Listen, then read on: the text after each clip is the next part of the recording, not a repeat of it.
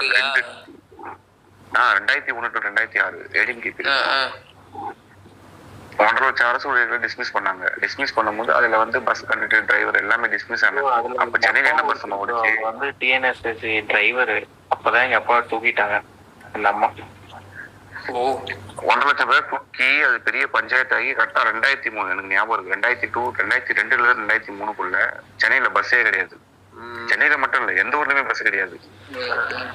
இன்னொன்னு என்ன ப்ரோ, இன்னொன்னு இந்த வாட்டி எலெக்ஷன்ல வந்து இந்த கவர்மெண்ட் பீப்புள்ஸோட ரோல் ரொம்ப ரொம்ப இதா இருக்கும் ப்ரோ. ஏன்னா அவங்களோட கிட்டத்தட்ட எத்தனை லட்சம் பேர் ப்ரோ கவர்மெண்ட் இதுல இருக்கிறாங்க. நம்ம இதுல அந்த பஸ் ஊழியர்கள், அந்த அந்த ஆசிரியர்கள், அவங்க சைட்லாம் 1.25 லட்சம் பேர் இருப்பாங்க ஊழியர் மட்டுமே. பிளஸ் அவங்க ஃபேமிலிலாம் பார்த்தா அதுவே ஒரு பெரிய ஓட் பேங்க் வரும். கண்டிப்பா டிஎம்கே வந்து சாலிடா அந்த பேங்க் ஓட்டு எல்லாமே இதாகும் அந்த இடத்துல வந்து. டிஎம்கேக்கு வந்து அரசுல இருந்து போற ஓட்டுன்னா அந்த பெரிய பெரிய அபிஷியல்ஸ் இருக்காங்க தெரியுமா, அவங்க ஓட்டு தான் போகும். அடிமட்ட அந்த நோட் கிரேட்ல உள்ள எம்ப்ளாயிஸ் எல்லாம் போட மாட்டாங்க, ரொம்ப கம்மியாயிரும். கரெக்டா 2000 அதாவது அண்ணன் தமிழக வெற்றி கழகம் அப்படிங்கிற ஒரு விஷயம் கொண்டு வரதுக்கு முன்னாடி எல்லா அமைச்சரும் சிஎம் முதற்கொண்டு சொன்னதுன்னா 200 நிச்சயம் 200 நிச்சயம் 200 நிச்சயம்னு. இப்ப அந்த அது லேட்டரா வந்தது. அதாவது மாநாடுக்கு அப்புறம் தான் அந்த டாக் போச்சு. அரசியல் கட்சி தொடங்கினதுக்கு அப்புறம் தான் அது வந்தது. அது எப்ப ஸ்டாப் ஆச்சுன்னா மாநாடுக்கு அப்புறம் ஸ்டாப் ஆச்சு. மாநாடுக்கு அப்புறம் அந்த இடையில ஒரு 2 மீட்டிங் போட்டோம்ல, அதுக்கப்புறம் தான் ஸ்டாப் ஆச்சு. ஆனா மாநாடுக்கு அப்புறம் சொல்லிட்டு இருந்தாங்க 200 இப்போ முன்னாடியே சொல்றது அந்த 200 நிச்சயம்னு நம்மடா நம்பிக்கிட்டு இருக்காங்க ப்ரோ. அதுதான் இவன் சொல்றேன், நீ கட்சி தொடங்கினதுக்கு அப்புறம் சொன்ன அப்படி இல்ல. கட்சி தொடங்கும் போதெல்லாம் அவங்க அதை பத்தி பேச 2024 எண்டிங் தான் பேச ஆரம்பிச்சாங்க. உங்களுக்கு என்ன அதீத தைரியம்னா மக்கள் வந்து பழைய பேட்டர்ன்ல மைண்ட் செட்லயே இருப்பாங்க ப்ரோ. சொல்லிட்டு அவங்களுக்கே ரியாலிட்டி என்னன்னு தெரியும் ப்ரோ. இப்போ அவங்க என்ன செய்ய முடியும், அவங்களும் வந்து அவங்களோட தொண்டர்களை உற்சாகப்படுத்தி ஏதாவது பேசணும்ல. அதுக்குதான் அந்த மாதிரி பேசிட்டு இருக்காங்க. அவங்களுக்கு ரியாலிட்டி தெரிய போய் அந்த அளவுக்கு பதறானுங்க. அதான் நீ அவங்க கரெக்டா சொல்றாங்க. நீ கட்சிக்காரன்னு சொல்றதுக்கே அவமானப்படுற, உன் ஐடென்டிட்டியை காட்ட நீ வெக்கப்படுற. நீ எல்லாம் டிவிகே பத்தி பேசுறதுக்கு என்னடா தகுதி இருக்கு? ஒரு மீம் கூட பார்த்தேன், டிஎம்கே காரன்னா திருடியான்னு கேக்குறாங்கப்பா. அந்த மாதிரி அந்த மாதிரிதான் ஓடிட்டு. அதுதாங்க அவனுடைய ஐடென்டிட்டி இன்னைக்கு. ஆனா இன்னைக்கு இருக்க திமுக காரன் அட்லீஸ்ட் இந்த ஆன்லைன்ல இருக்கான் தெரியுமா, பிச்சைக்காரனை விட மோசமானவங்க. சட்டி மட்டும் தானே கையில இல்ல அவங்களுக்கு. சட்டியை கொடுத்துட்டோம்னா கரெக்டா பெர்ஃபெக்டா மேட்ச் ஆயிருவாங்க. பேசுறது வீட்டுல பாத்தீங்கன்னா வீட்டுல விட மாட்டாங்க. அதேதான் சட்டி மட்டும் கையில கொடுத்தீங்கன்னா ரஜினி ஃபேன்ஸ் கிட்ட போய் அங்கிட்டு வந்து அவங்க பிச்சை எடுக்கிறதும், அங்கிட்டு சூர்யா ஃபேன்ஸ் கிட்ட போய் பிச்சை எடுக்கிறதும். அடே கொஞ்சமாச்சும் மானத்தோட வாழுங்களா. எனக்கு அண்ணா வளர்த்த கட்சி, கலைஞர் வளர்த்த கட்சியை கடைசியில கொண்டு போய் இப்படி திருக்கிறீங்களாடா. அதான் இந்த எக்ஸிஸ்டன்ஸ் வந்து அரசியல் வந்து யாருமே இப்படி எல்லாம் பேசுவாங்கன்னா உனக்கு கனவுல கூட நினைச்சிருக்க மாட்டாங்க. ஐயா புதுசா ஒரு குரூப் ஜாயின் ஆயிருக்கியா இப்போ? அந்த குரூப்ல என்ன ப்ரோ கேக்குறா? நீ இப்ப லிஸ்ட் போட்டல ஃபேன் பேஸ். ஆமா, அதுல புதுசா ஒரு குரூப் ஜாயின் ஆயிருக்கு இப்போ. அது யார் ப்ரோ? விஜய் ஏடிஎம்கே. அடங்குவியல ப்ரோ. இன்று முதல் ஏடிஎம்கே ஜாயின் பண்ணலாம். அவனுங்களா வலிச்சு இழுக்கிறானுங்க. நான் என்ன கேக்குற குமரி, அவங்க கூப்பிட்டானா இவனுக்கு எங்க போச்சு புத்தின்றேன். இல்ல அவனுடைய வியூவை வந்து ரொம்ப குறுகிய பார்வையில பாக்குறேன்னு நினைக்கிறேன். இப்ப திமுக காரன் என்ன ரியலைஸ் பண்ணிட்டான்னா, இங்க பாரு, ஒரு பக்கம் அந்த விஜய் பசங்க எடுத்து பேசுறாங்க, இன்னொரு பக்கம் என்டிகேல உள்ள பசங்க எடுத்து பேசுறாங்க. ஏன்னா இவனுக்கும் வந்து நம்ம அரசியல் வந்து எப்படி நரேட்டிவ் செட் பண்றான்னா, நமக்கு எதிரான கட்சி ஏடிஎம்கே, ஆனா அவங்களோட அந்த அரசியலை எடுத்து பேசினாதான் இன்னைக்கு நம்ம எடுபடும், நம்ம அப்பதான் வந்து ஓரளவுக்கு நரேட்டிவ் செட் பண்ண முடியும்ட்டு ஏடிஎம்கே காரன் தேடுறான். அங்க என்ன ஒரு அபத்தம்னா, ஏடிஎம்கேல ஐடி செல்லே இல்ல இருக்கு, பட் ஆனா கிரவுண்ட்ல அவ்வளவு மேசிவா இல்ல. இதனாலதான் திமுக காரன் ஷார்டேஜ் ஒரு முருகன் ஐடி நோட் பண்ணி இன்னைக்கு ரொம்ப நீ வல்கரா பண்றாங்க. ஷார்டேஜ் இன்னைக்கு போன வாரம் என்ன பேசிருந்தான் இது பிடிச்சிடுறேன். போன வாரம் ஆதவர்ஜன் பேசுனதுக்கு இன்னைக்கு ட்வீட் போடுறான் அந்த வீடியோ எடுத்து. அதாவது எப்படின்னா, போன வாரம் வந்து சிஎம் பாக்கிறதுக்கு முன்னாடி பேசுனது. இந்த லேதியா போட்டிருந்தான் ப்ரோ. மாநாடு முடிச்சு அன்னைக்கு நைட்டு கார்ல உட்காந்து வீடியோ போட்டான் ப்ரோ. அது பாஸ்ட். இப்ப கரண்ட்ல சொல்றேன். அவன் வந்து இப்ப என்ன பண்றான்னா அந்த பேட்டர்ன் நான் எங்க நோட் பண்ணனா திரும்ப அங்க கட் பண்ணிட்டு இந்த பக்கம் இந்த கருஞ்சிருத்து ஐடியில போய் பார்த்தா அவனுமே வந்து லைலா மணியோட இயர்லி ஸ்டேஜ் ஸ்டார்டிங்ல வந்த புதுசுல பேசலாம் தெரியுமா வீடியோஸ் அதை கொண்டு வந்து போட்டுக்கிட்டு இருக்கானுங்க. இப்போ எல்லாமே பழைய வீடியோ தான் போறானுங்க, புதுசா அவனுக்கு கண்டென்ட் இல்லை.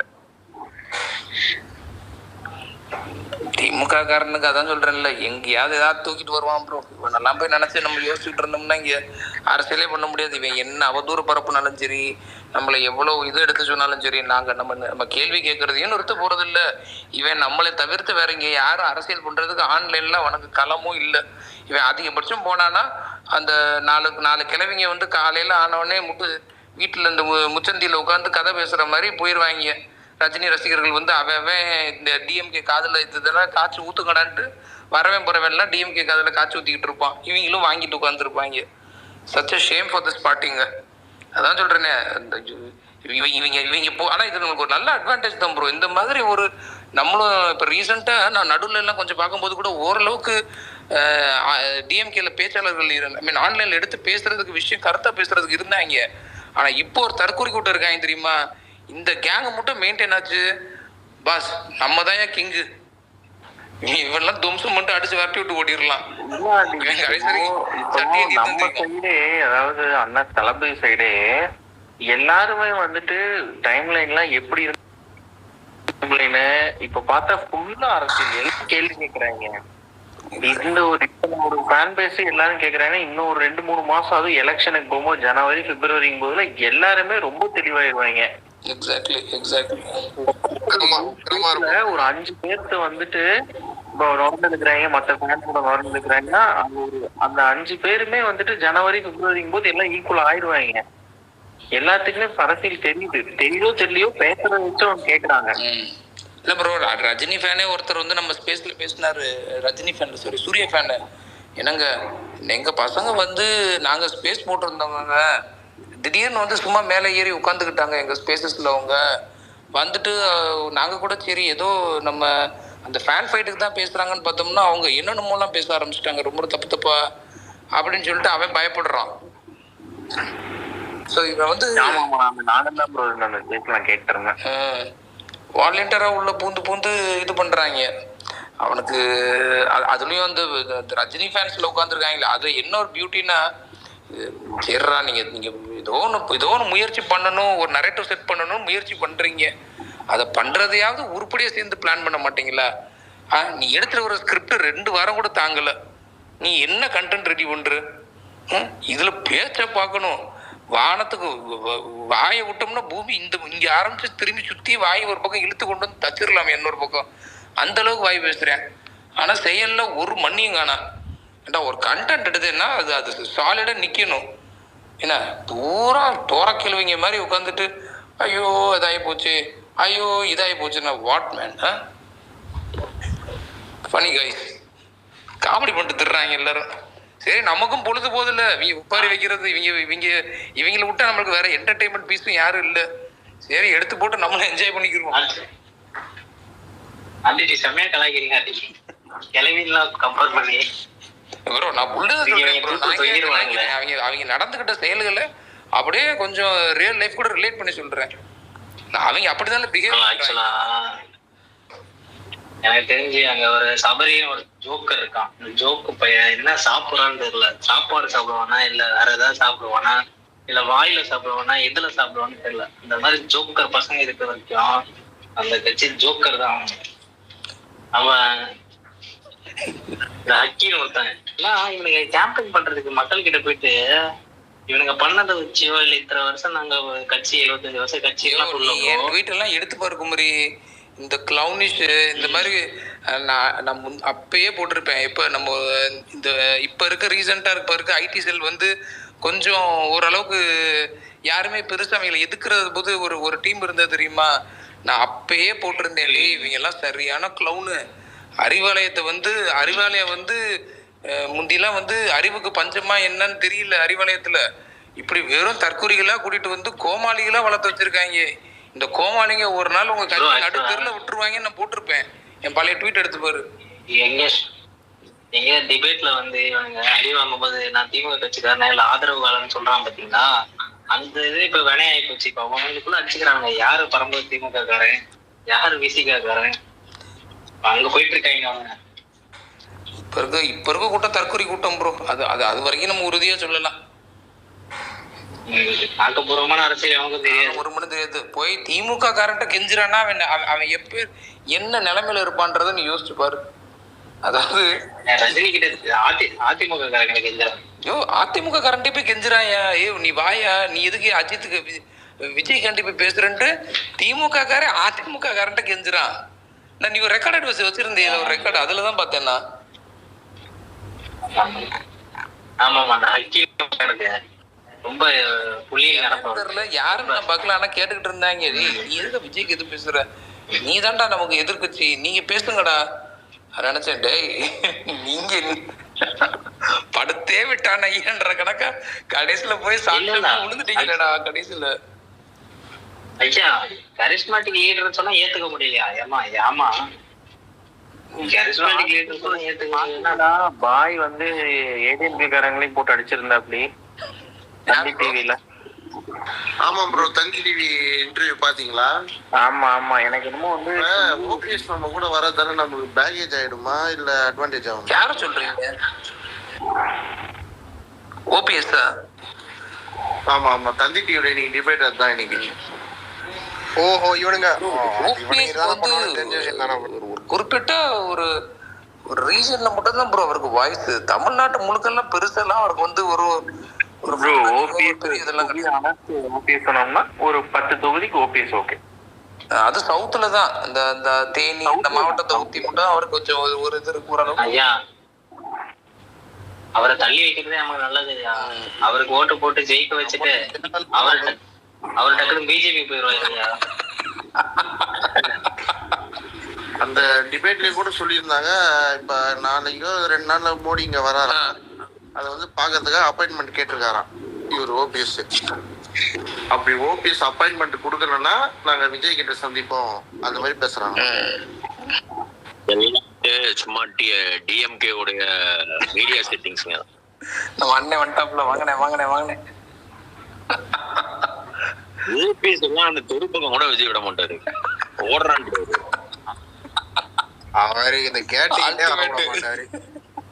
நீங்க வந்து எவ்வளவு கட்சிகள் இருக்குங்க. இப்ப அவரு விசிகா இருக்காரு சரியா, விசிகா தான் வந்து ஃபர்ஸ்ட் கூட்டணிக்கு வரும்ன்ற மாதிரிதான் மாநாடுக்கு முன்னாடில இருந்து ஒரு எக்ஸ்பெக்டேஷன் வந்து இருந்தது இல்லையா. விசிகாவே அவரே வரலன்னா போடான்ற மாதிரிதான் இருக்காரு. நீ வரலன்னா என்ன பண்ணா கட்சியை போயிட்டு அதை பத்தி பேச எனக்கு தெரிஞ்சு அவர் எதிர்பார்த்த மாதிரி இல்ல. பட் ஆனா ஒரு ஒரு எப்படி எதிர்பார்ப்புன்னா அவரை சொல்லல, வெளியில ஒரு எதிர்பார்ப்பு இருந்தது இல்ல, நம்மளுக்குள்ள ஒரு எதிர்பார்ப்பு இருந்தது. ரைட், மக்கள் மத்தியில திருமாவளவனுக்கு எதிர்பார்ப்பு இருந்தது. அவர் மாநாடு முடிச்சதுக்கு அப்புறம் என்ன சொன்னாரு, அவர் வந்து வெளிப்படையா அறிவிச்சிருக்க வேண்டாம், தனிப்பட்ட வகையில என்கிட்ட பேசியிருக்கலாம், அப்ப நான் வந்து அவர்கிட்ட பேசியிருப்பேன், 25 சீட்டு எனக்கு ஒரு துணை முதலமைச்சர், இதெல்லாம் நான் பேசியிருப்பேன். வெளிப்படையா அறிவிச்சது வந்து அவருக்கு என்ன பிரச்சனைனா, நீ வெளிப்படையா அதை அறிவிச்சுட்டு கூப்பிடும் போது எனக்கு சங்கடமா இருக்குடா, நான் இதுக்காக தான் வர்றேன்னு சொல்லி என்ன சாணி முக்கி அடிப்பாங்கன்ற மாதிரி அவர் ஃபீல் பண்ணிட்டாரு. அவர் பிரச்சனை அவருக்கு வந்துட்டு. சோ அவர் ஒரு என்னதான் இருந்தாலும் திருமாவளவன் வந்து ஒரு மிகப்பெரிய மதிப்பிற்குரிய தலைவர். அவருக்கே அவ்வளவுதான்னா ஓபிஎஸ் எல்லாம் எப்பேற்பட்ட திருட்டு பேருன்னு விஜய்க்கு தெரியாதாங்க. இவர் வந்து ஊழலற்ற நேர்மையான நிர்வாகத்தை கொடுப்பேன், 300 கோடி ரூபாய் சம்பளத்தை தூக்கி போட்டு வர்றேன்னு சொல்றாரு. இந்த ஆள் வந்து கக்கூஸ் கான்ட்ராக்ட்ல எல்லாம் காசு அடிக்கிறாரு, இவரை போயிட்டு பக்கத்துல வச்சுக்குவாரு. இவர் வந்து இது வந்து என்னன்னா டிஎம்கே வந்துட்டு குழப்பி விட்டுட்டே இருக்கிறது. இப்ப நீங்க இதுல 2 அட்வான்டேஜ் இருக்கு பாருங்க. ஓபிஎஸ் வந்து விஜய் பக்கத்து போறாருன்னு சொன்னா விஜய் இமேஜையும் நீங்க டேமேஜ் பண்ணலாம். இவரெல்லாம் என்ன ஊழலற்ற ஆட்சியை கொடுக்க போறாரு, இவர் என்ன நேர்மையாளரு அப்படின்னு அவரை பத்தி டேமேஜ் பண்ணலாம். ஏடிஎம்கே குள்ளையும் ஒரு குட்டையை குழப்பி விடலாம், பிஜேபி கூட்டணிக்குள்ளையும் குட்டையை குழப்பி விடலாம். ஓபிஎஸ் வந்து சபரீசன் காலில் போய் சரணாகதி ஆகி எவ்வளவோ நாளாச்சு. அதனாலதான் அவங்க அதிமுக இருந்து 10 அடிச்சு விரட்டி விட்டாங்க. இது சம்பந்தமே இல்லாம ஒரு வாரமா ஓபிஎஸ் அவர் இருந்த அட்ரஸே தெரியல.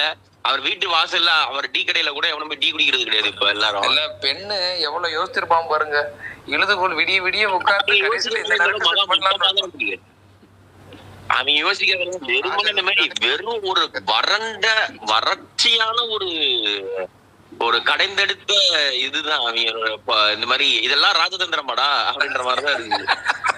ஏன் கிராஃப்ட் ப்ரோ இப்ப வந்து ஒரு நேச்சுரலான அலைன்ஸ் நமக்கு அமையும் அப்படின்னா நீங்க இது எப்படி உங்களோட யூகம் சொல்லுங்க. இல்ல கிராஃப்ட் கரெக்டா கேட்டாப்ல ஏண்டா இதெல்லாம் ராஜதந்திரம்னு நீங்க போட்டு வரைஞ்சுக்கிட்டு இருக்கீங்களாடா? 70 வருஷம் ஏத்தான் படிச்சீங்களாடா?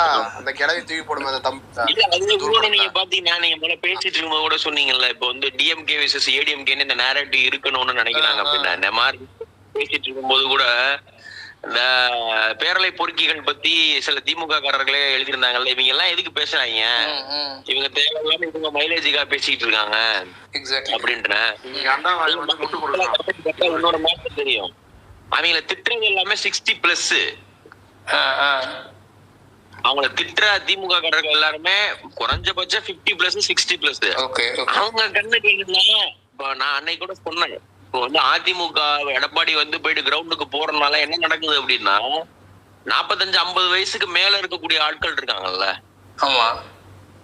ஏன்னா இப்ப அவங்க எல்லாம் யாருமே இந்த ஆட்சியில இந்த பொதுவான ஏகப்பட்ட பேர் இருப்பாங்க ஒரு ஊர்ல. இப்ப வந்து பொலிட்டிக்கல் ஆக்டிவிட்டிஸ் வந்து நிறைய நடக்குதுன்னு வச்சுங்களேன். இப்ப அதனால வந்து லாபம் அடைகிற ஆட்கள் வந்து ஏகப்பட்ட பேர் இருப்பாங்க. ஒரு சின்ன கவர்மெண்ட் கான்ட்ராக்டா இருக்கலாம், ஒரு ரியல் எஸ்டேட் பிசினஸா இருக்கலாம், ஏதோ ஒன்னா இருக்கலாம். அதனால வந்து சின்ன லெவல்ல 1000 ரூபாய் வரைக்கும் கமிஷன் போற ஆட்கள், பலனடைகிற ஆட்கள் ஏகப்பட்ட பேர் இருப்பாங்க. அவங்க எல்லாம் யாருமே இந்த டைம் சம்பாதிக்கவும் இல்லை, யாரும் வந்து நல்லாவும் இல்லைங்க. அது கட்சிக்காரனா இருக்கலாம், கட்சிக்கு அப்பாற்பட்ட புரோக்கர்ஸா இருக்கலாம், அல்ல அரசியல் வட்டார தொடர்புகளை வச்சுட்டு வேலை பார்க்குற ஆட்கள் இருக்கலாம். அவங்க எல்லாம் யாருமே நல்லாவும் இல்லை, யாருக்கையும் கையில காசே போல. நீங்க இங்க லோக்கல்ல பிசினஸ் பண்ற ஆட்கள்கிட்ட பேசி பார்த்தா உங்களுக்கு தெரியும். சரியா? அவங்க எல்லாருமே இந்த தண்ட கருமாந்தங்களை தூக்கி சுமந்துட்டு இருக்க முடியாது. நீங்க வந்து அதுக்கு எடப்பாடி விஜய் வந்தா என்ன பண்ணுவாரு அப்படின்றது அவங்களுக்கு தெரியாது. ஏன்னா அது வந்து பிராக்டிக்கல், நம்ம அதை புரிஞ்சுக்கிறோம். சரியா?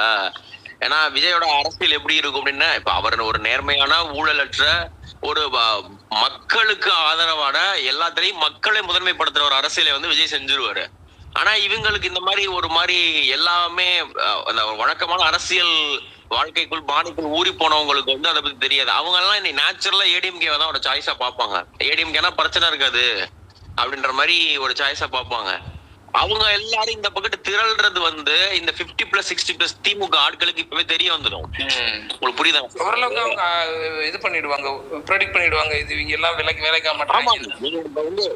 உங்க பக்கத்துல இருக்கான். இப்போ இந்த ஸ்பேஸ்லயே நீங்க இவ்வளவு நேரம் பேசிட்டு இருந்தீங்கல்ல, எல்லாரும் மறைமுகமா சொன்னது என்ன? கிட்டத்தட்ட போன தேர்தல எல்லாருமே திமுக தான் ஓட்டு போட்டிருக்கீங்க இல்லையா?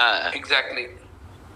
விஜய் அரசியலுக்கு வர்றதுக்கு முன்னாடி வரைக்கும் பொலிட்டிக்கல் ஸ்டாண்ட்ன்றது சோசியல் மீடியாவில் இதுல பல பேருக்கு வந்து 90 to 95% பேருக்கு வந்து திமுக ஆதரவு நிலைப்பாடுதான். அதுக்கு காரணம் இந்த நாய்ங்க மேல உள்ள பாசம் ஒண்ணும் கிடையாது. அதுக்கு காரணம் வந்து சோசியல் ஜஸ்டிஸ், ஒரு progressive thought process, Periyar Anna மேல பிஜேபி எதிர்ப்பு ப்ரோ. பிஜேபி அவனுக்கு கரெக்டா ஆன்டி பிஜேபி மைண்ட் செட், இதெல்லாம் தான் முக்கியமான காரணம். சரியா? பாசம்லாம் விளக்கமாறு பாசம் இருக்கு மேல, மூஞ்சில முள்ள இவர் வந்து போட்டு உடச்சு விட்டதுக்கு அப்புறம் வந்து நீங்க வந்து ரொம்ப மோசமான ஒரு அர்த்தம். நீங்க வந்து காமராஜர் பத்தி பேசிட்டு இருந்தீங்கல்ல, நீங்க வந்துட்டு ஒரு ஆர்டிபி கூட சொன்னா நினைக்கிறேன், காமராஜரை தோற்கடிச்சது அண்ணா அல்லது வந்து பொதுமக்கள் அப்படின்னு பேசுவாங்க அப்படின்னு. நீங்க செத்து போன காமராஜரை அதன் பிறகு அவர் 67 தோத்த பிறகு பெருசா ஒரு பொலிட்டிக்கலே ஷைன் ஆகல அடுத்த 10 வருஷம். சரியா? அப்படி அப்படின்னு இருந்துட்டு அவர் இறந்தும் போயிட்டாரு. ஏன்டா அந்த ஆள் செத்து போய் 50 வருஷம் ஆச்சு, அவர் எளிமையா இருந்தாருன்னு சொன்னா உனக்கு எங்க இருந்து எரியுது? எனக்கு புரியவே இல்லை. இல்ல ப்ரோ, ஏன்னா கிராஃப்ட் ப்ரோ அது ஒருத்தர் வந்து பேசினாரு, இதை வந்து ஏன் வந்து காமராஜரை வந்து நம்ம வந்து அந்த காமராஜரை புகழ்ந்து பேசல, அந்த இடத்துல கருணாநிதியை நம்ம ஏன் வந்து குறைத்து மதிப்பிடக்கூடாதுன்னு பிரச்சனை. இங்க வந்து யாருமே யோக்கியர்னு சொல்லிடக்கூடாது. ஏன்னா இவங்க அயோக்கியங்க, இவங்க யோக்கியர்னு யாரும் சொல்ல மாட்டாங்க. புரியுதா? நீங்க வந்து கருணாநிதி கலைஞர் வந்து ஒரு பெரிய தலைவர், ஒரு நல்ல என்ன சொல்றது, ஒரு பெரிய பொலிட்டிஷியன் வேணா சொல்லுவாங்களே தவிர அவர் நல்லவர், அவர் வந்து அப்படின்லாம் யாருமே இங்க சொல்ல மாட்டாங்க. இவங்களுக்கு அந்த பிரச்சனை வந்து இருக்கு. அந்த பிரச்சனை இருக்கிறதுனால இங்க யாருக்குமே வந்து அவங்கவுங்களுக்கான கிரெடிட் வந்து கிடைச்சிடக்கூடாது. இப்ப வந்துட்டு அவர் ஏசி பயன்படுத்தினாருன்னு சொன்னா அதை வந்து ஏண்டாடி அந்த ஆளு எத்தனை 9 வருஷம் ஜெயிலே இருந்திருக்காருங்க அவரு. நீங்க யோசிச்சு பாருங்க, எரவாடா ஜெயில இருந்து பெங்களூர் பெல்லாரி ஜெயில் வரைக்கும் சுதந்திர போராட்டத்துக்காக 9 வருஷம் ஜெயில இருந்திருக்காரு அந்த ஆளு வந்துட்டு. 9 வருஷம் ஜெயில இருந்த ஆளுக்கு நான் நார்மலா பிராக்டிக்கலாவே கேக்குறேன், நாயா பேயா அலைஞ்சு இன்னைக்கு இருக்கிற மாதிரி அங்க அன்னைக்கு வந்து வசதிகள் எல்லாம் இருந்துச்சு. நாயா பேயா கண்ட மீனிக்கு அலைஞ்சு திரிஞ்சிருப்பாங்க அவங்க வந்து. சரியா? ஒரு சாப்பாடு இன்னைக்கு வந்து ஒரு இன்னைக்கு நீங்க அரசியல்ல இருக்கீங்கன்னா கூட பிரச்சாரம் பண்றீங்க, இப்ப அங்க போறீங்க இங்க வரீங்க மக்கள் தொண்டாட்டுறீங்கன்னா கூட உங்களுக்கு எல்லாமே என்ஷூர்டுங்க. ஏகப்பட்ட நீங்க சாப்பாடுல இருந்து தங்குற இடங்கள்ல இருந்து இன்னைக்கு எவ்வளவு வசதிகள் இருக்கு வெளில போனாக்க. நீங்க நினைச்ச இடத்துல தங்கலாம், நினைச்ச இடத்துல சாப்பிட்டுக்கலாம், உங்களுக்கு என்ன வேணா வரும். நீங்க கிட்ட அவங்க அரசியல் பண்ண காலம் எல்லாம் யோசிச்சு பாருங்களேன். 47க்கு முன்னாடி இல்ல இங்க என்ன இருந்துச்சுங்க? சோத்துக்கே வழி இருக்கு இல்லையா? அதான் ரொம்ப ஒரு இவ்வளவு பொருளாதாரத்துல நம்ம இதுவும் ஆகல, ஒரு இக்கட்டான காலகட்டங்கள் தான் ப்ரோ. அது இக்கட்டான காலகட்டமா? பஞ்ச பராரியா சுத்திட்டு காலகட்டம் எல்லாம். சொன்ன தகும் அந்த வார்த்தை தகும். கேள்விப்பட்டிருக்கேன் அந்த டைம்ல. ரொம்ப காலகட்டத்தில இருந்து அவங்க அரசியல் பண்ணி இவ்வளவு பெரிய தலைவர்கள் மேல வந்தவங்க. அந்த ஆள் வந்து முதலமைச்சராகி எல்லாம் பண்ணி ஒரு வயசான காலத்துல ஒரு 60 வயசுக்கு மேல ஏசி பயன்படுத்தினா என்னடா தப்பு? எனக்கு புரியவே இல்லை. என்ன தப்பு அதுல? அத ஏதோ பெரிய குற்றச்சாட்டு மாதிரி அவர் வந்து எளிமையாவே வாழல, ஏசி பயன்படுத்தினா எளிமையா வாழலன்னா அப்புறம் நீங்க எல்லாம் என்னத்தை பயன்படுத்துறீங்க? இல்ல நான் இன்டர் பண்ணல, பட் ஆனா அந்த திமுக காரர் என்ன சொன்னாருன்னு சொல்லிடுறேன். அவங்க எங்க தெரியுமா வந்து ரொம்ப ட்ரிகர் ஆனாங்க அந்த டிஎம்கே காரங்கெல்லாம். அவங்க என்ன நினைக்கிறாங்கன்னா, நீ காமராஜரை வந்து இன்னைக்கு போர்ட்ரே பண்ணி கலைஞரை வந்து சிறுமைப்படுத்துறது வந்து நம்ம ஆர்எஸ்எஸ் லாபி தான் இந்த வேலையை பார்க்குது. ஏன்னா அதனால நம்ம வந்து கலைஞரை விட்டு கொடுத்துடக்கூடாது. கலைஞரும் வந்து ஒரு பெரிய தலைவர். ஆனா ஊனா வந்து ஆர்எஸ்எஸ் லாபி அப்படின்றது வந்து இப்ப வந்து இந்த பிரச்சனையை பெருசாக்குனது வந்து காங்கிரஸ்ல இருந்து பெருசாக்குனது வந்து ஜோதிமணி, அப்புறம் வந்து திருச்சி வேலுசாமி, இன்னும் 1-2 எம்எல்ஏக்கள். சரியா? அப்புறம் இவங்க வந்து நிறைய பேர் வெவ்வேறு ஆட்கள் வெளியில இருந்து குதிச்சாங்க. இப்ப இவங்க எல்லாம் ஆர்எஸ்எஸ்ஆ? அந்த ஆளு வந்து திருச்சி வேலுசாமி ஆர்எஸ்எஸ்னா காரி துப்புவான். நீங்க அவர் பேசுற பேட்டிகள் பழைய இதெல்லாம் எடுத்து பாருங்க. அவர் வந்து அந்த ஆர்எஸ்எஸ் இதெல்லாம் வந்து காரி துப்புவார். அந்த ஆளு வந்து அவருக்கு வந்து திமுக பிடிக்காது பேசிக்கா. அவருக்கு வந்து அந்த நீ என்ன யோக்கியமா அப்படின்றத எப்பவுமே அவர் வச்சுட்டே இருப்பாரு. இந்த இது சம்பந்தமான பேட்டிகள் எல்லாம் கூட நீங்க பாத்தீங்கன்னு வச்சுங்களேன், அவர் யாருக்குமே தெரியாத சில தகவலாம் எடுத்து போட்டு விடுறாரு. நீங்க வந்து இந்த முல்லை பெரியார் பத்தி எல்லாம் கரெக்டா சொன்னாரு அவரு. ப்ரோ அதெல்லாம் எனக்கு கேட்டுட்டு உண்மையிலே அல்டிமேட்டா ஷாக் ஆயிட்டேயா. இல்ல முல்லை பெரியார் இல்ல ப்ரோ, அது இது மேகதாது கர்நாடகா அப்படின்னு சொன்னாரு. காவிரி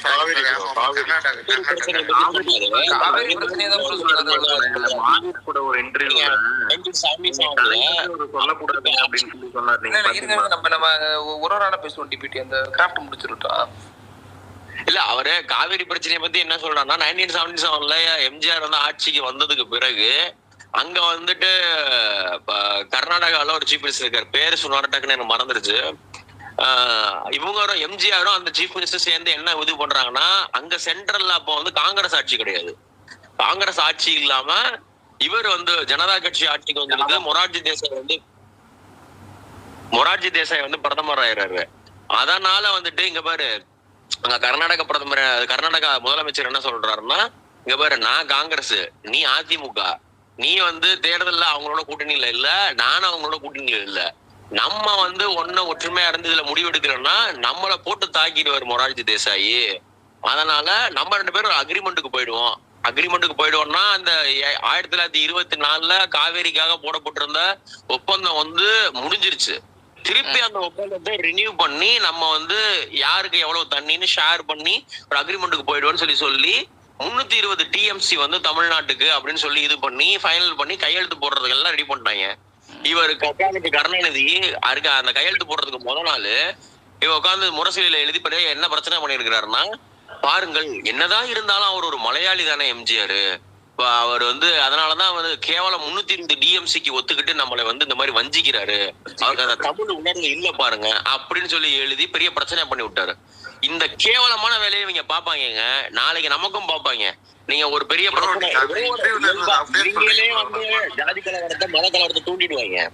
இவங்க திமுக காரங்களும் தூண்டிடுவாங்க. இதெல்லாம் இவங்க யோக்கியங்களே கிடையாது, இதெல்லாம் நடக்கும். ஒரு கன்னியாகுமரி மாதிரி ஒரு சென்சிட்டிவான ஏரியால, தூத்துக்குடி மாதிரி ஒரு சென்சிட்டிவான ஏரியால, அல்லது இங்கேயே சென்னையிலேயே கூட வந்து நீங்க பாத்தீங்கன்னா ஒரு மதக்கலவரத்தை தூண்டி விட்டு இவங்களே நேரட்டிவ் செட் பண்ணுவாங்க.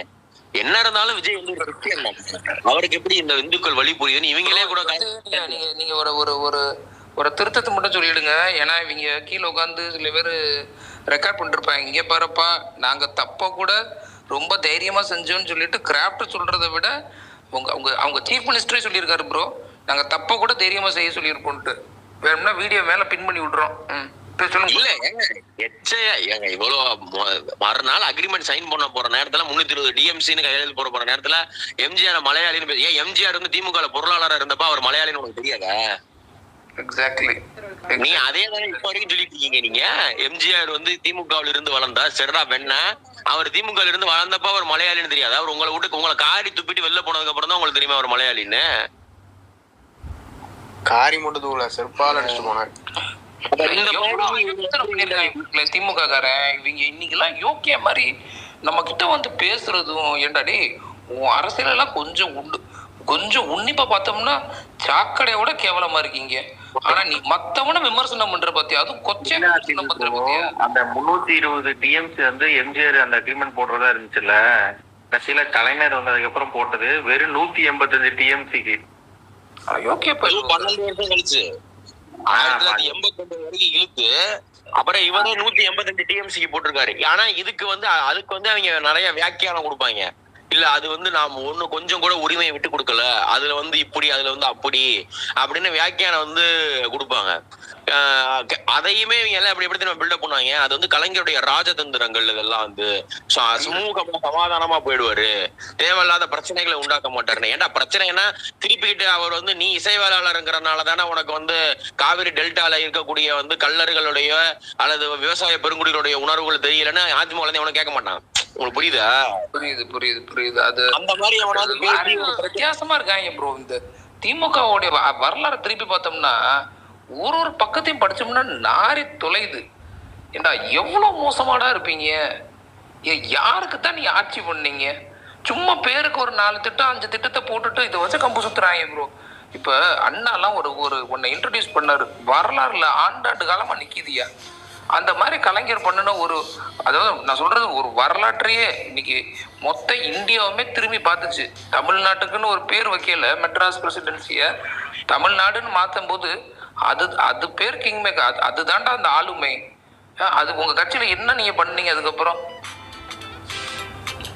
நாரி தொலைது அவங்க வரலாறு. அதுக்கப்புறம் ஷேம் ப்ரோ. இன்னைக்கு இருக்க திமுக நம்மளெல்லாம் அட்லீஸ்ட் இன்னைக்கு இருக்கிற தலைமுறை நான் திரும்பி சொல்றேன், நம்ம நிறைய விஷயங்கள் பேசுறோம் வைக்கிறோம். It's all indeed fine. It's nice to discuss all these points.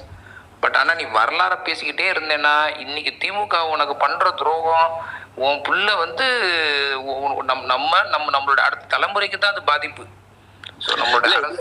Kamarajar பத்தி பேசும்பொழுது இவங்க வந்து இடையில ஒண்ணு அண்ணா வேற விட்டு இது பண்ணுவாங்க. அண்ணா வந்து எளிமை இல்லை. அண்ணா எளிமை இல்லைன்னு யாரோட சொன்னோம்?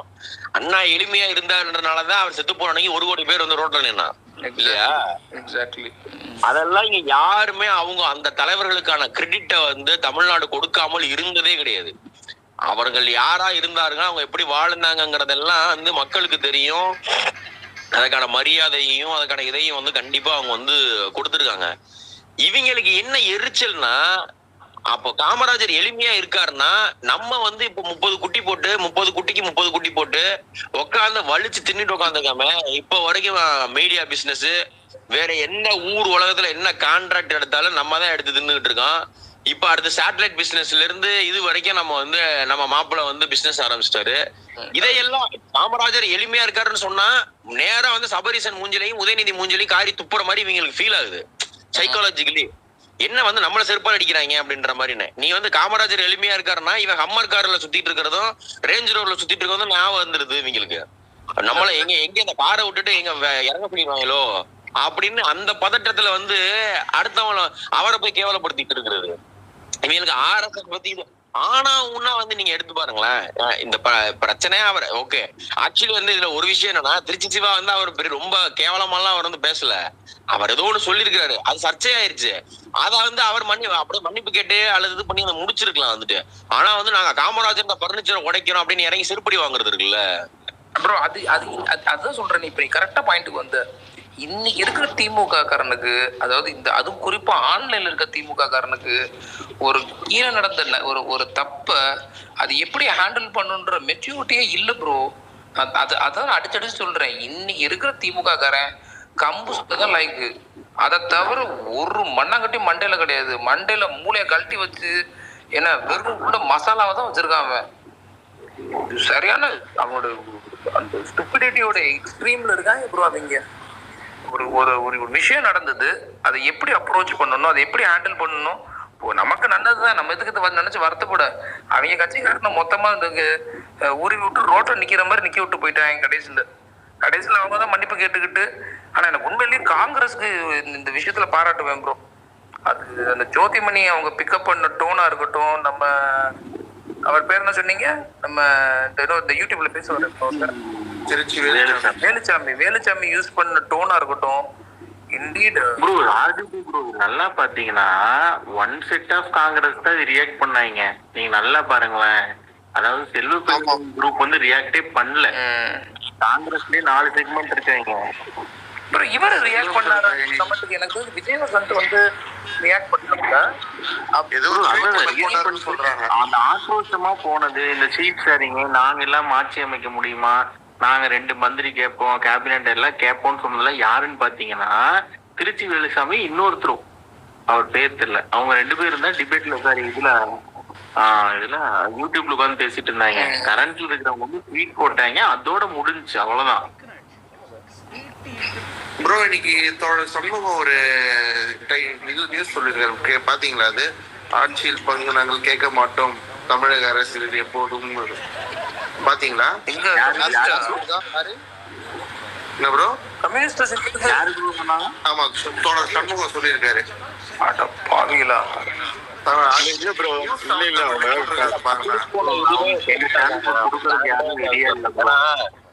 வந்து நீங்க வந்து இப்போ இந்த ஊர்ல இருக்கக்கூடிய பாலிசின்றது இருக்குல்ல, நாட் ஜஸ்ட் இங்க தமிழ்நாடு கிடையாது, இந்தியா முழுக்க இருக்கக்கூடிய ஒரு பாலிசின்றது இருக்குல்ல, அதுல வந்து கம்யூனிஸ்டுகள்லாம் பங்கேற்றதுல 10 பைசா கொண்டும் பண்ண முடியாது. இவங்க தனியா ஏதாவது ஒரு ஸ்டேட் கவர்மெண்ட்ல போயிட்டு ஆட்சியை பிடிச்சி அங்க நீங்க இப்ப கேரளா மாதிரி ஒரு ஸ்டேட்லயோ, இப்ப ஏன் வெஸ்ட் பெங்கால்லயே அவங்களால வந்து இது பண்ண முடியல? வெஸ்ட் பெங்கால்ல ஒரு பீரியட்ல அந்த பழைய ஃபேக்டரிஸ் இருந்தது, பிரிட்டிஷ் காலத்து ஃபேக்டரிஸ் இருக்குல்ல, அந்த மாதிரி ஏகப்பட்ட ஃபேக்டரிஸ் அதெல்லாம் இருந்தது. அதனால அங்க லேபர் யூனியன் வந்து பயங்கர ஸ்ட்ராங்கா இருந்தது. சரியா ப்ரோ? அந்த லேபர் ரொம்ப அழகா நீங்க கொஞ்சம் நம்ம டீடைல்டா பேசணும்னு வச்சுக்கோங்களேன். நீங்க நல்லா அப்சர்வ் பண்ணி பாருங்க. கேரளால இருந்த கம்யூனிஸ்டோட புரட்சி தமிழகத்துல ஏன் தேவைப்படல? ஏன்னா நம்மளும் வந்து ஒரு காலத்துல அடிமைப்பட்டு வாழ்ந்த மக்கள் தான். ஆனா கேரளால இருந்த மக்களும் அங்கேயும் அடிமைப்பட்டு வாழ்ந்தவங்க தான். வெள்ளக்காரன் காலத்துலயா இருக்கட்டும், அதுக்கப்புறம் ஜமீன் காலங்களா இருக்கட்டும், நம்ம நம்ம நம்ம கிட்ட அது ரெண்டுமே வந்தது. ஆனா ஏன் கம்யூனிசம் தமிழ்நாட்டுல பெருசா வளரல ப்ரோ? இந்த வரலாறு நான் படிச்சு பார்க்கும்போது கிடைச்ச அழகான அவுட்புட் என்ன தெரியுமா? எல்லாம் ஒரு மனுஷன்யா, பெரியார்னு ஒருத்தர் பிறந்ததுனால நம்மளுக்கு கிடைச்ச ஒரு இம்பாக்ட் அது. ஏன்னா நம்ம அந்த அடிமைத்தனத்துல இருந்து அவர் மீட்கிறதுக்கு அவர் போட்ட எஃபர்ட் ஒண்ணு இருக்கு தெரியுமா? அதெல்லாம் மேசிவ் ப்ரோ. அந்த பெரியார்னு ஒருத்தர் இல்லைன்னு வச்சுக்கோங்களேன், நமக்கும் இந்த மாதிரி கம்யூனிஸ்டுகள் வந்து போராடி நம்மள ஆண்டாண்டு காலமா கடந்து வந்துதான் அரசியல் பண்ணிட்டு இருக்கணும். கிராஃப்ட் பீட்டப் இல்லையா?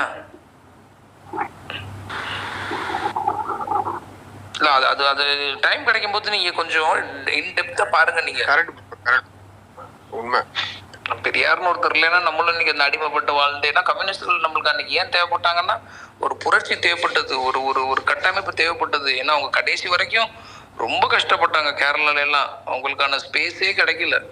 கம்யூனிஸ்ட் வந்து தான் நிறைய பிரச்சனைகள் அவங்களுக்கு அன்றன்ற அந்த மக்கள் பிரச்சனைகள் மற்றது எல்லாத்தையும் தீர்த்து வச்சு அவங்களுக்கு ஒரு ஒரு ஒரு ரிலீஃப் கிடைச்சது ஒரு ஸ்டேஜஸ்லயும்.